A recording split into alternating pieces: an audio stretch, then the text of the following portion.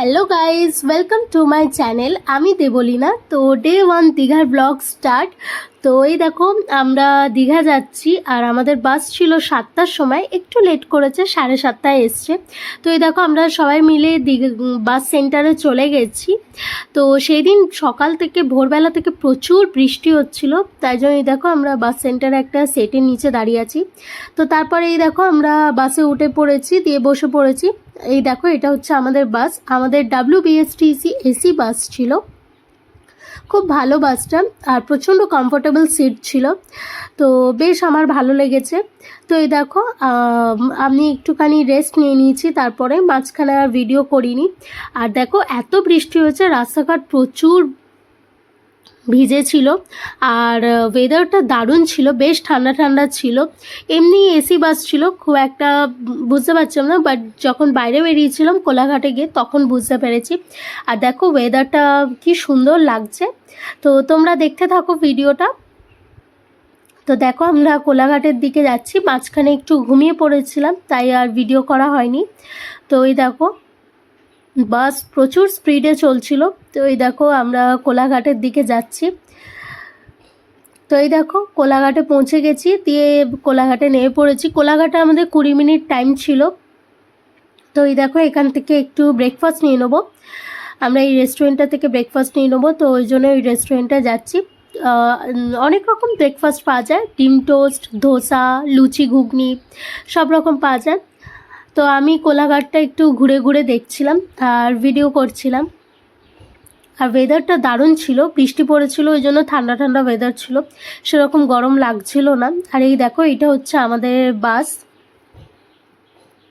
তো দেখো তোমরা, আর ওয়েদারটা দেখো কোলাঘাটে খুব সুন্দর, মেঘলা ওয়েদার, ঠান্ডা ঠান্ডা। তারপরে আর বৃষ্টি হয়নি, সকালের পর আর বৃষ্টি হয়নি। আর আমি প্রচণ্ড এক্সাইটেডে আছি যে কখন দীঘা পৌঁছবো আর সি বিচে যাব। তো তোমরা দেখো, আমাদের যেহেতু 7:30টায় বাসটা ছেড়েছে, তো ওই জন্য ওল্ড দীঘাতে 12:30টার মধ্যে পৌঁছে দিয়েছে। আর এখানে প্রচুর রেস্টুরেন্ট আছে, যেটা থেকে খুশি খাওয়া যায়। তো এখানে 20 মিনিট টাইম ছিল, তাই জন্য আমরা ছিলাম। তারপর দেখো বাস ছেড়ে দিয়েছে, আর বাস একদম প্রচুর স্পিডে চলছে, কেন কি 12:30টার মধ্যে ওল্ড দীঘাতে ঢোকাতে হবে। তো এই দেখো তারপরে মাঝখানে ভিডিও করিনি, দিয়ে এই দেখো আমরা ওল্ড দীঘাতে নেমে পড়েছি বাস থেকে, দিয়ে এবার হোটেলের দিকে যাচ্ছি। আমাদের হোটেলটা একদম সি বিচের সামনে ছিল। তো নেক্সট ব্লগে তোমাদের দেখাবো আমাদের হোটেলের পুরো রুম ভিডিওটা। আমাদের হোটেলটা ওল্ড দীঘার একদম সি বিচের সামনে, হোটেল ব্লু ভিউ হোটেল ছিল। তো দেখো আমরা সি বিচের সামনে আছি, আর যত সি বিচের সামনে আছি তত ঠান্ডা হাওয়া আসছে, একদমই গরম লাগছে না, খুবই ভাল লাগছিল। এই দেখো অনেকে স্নান করতে যাচ্ছে, আবার অনেকে স্নান টান করে ফিরছে।